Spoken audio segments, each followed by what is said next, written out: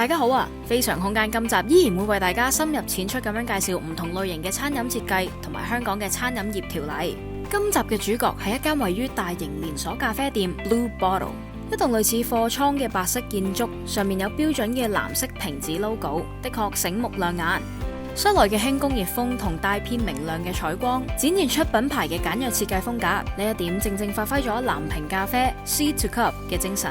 作為藍瓶咖啡代表性嘅旗艦店，呢度無論係菜單或者周邊產品嘅項目，都成日出現有青情百合店嘅限定商品。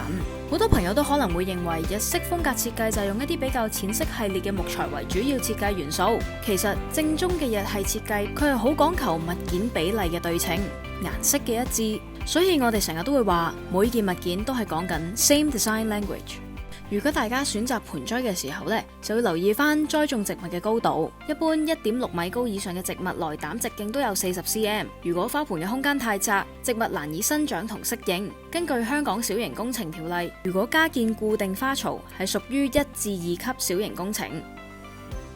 品牌的確好成功，我相信 logo 設計同包裝設計佔有一個非常重要嘅元素。喺呢方面，我哋就係講緊公司品牌設計嘅管理，而且做咖啡唔係單單講求好唔好飲，仲要講全套，售賣周邊配件同埋設備。所以大家喺品嘗咖啡嘅時候，可以順便留意一下咖啡店嘅 logo 同埋餐牌設計㗎。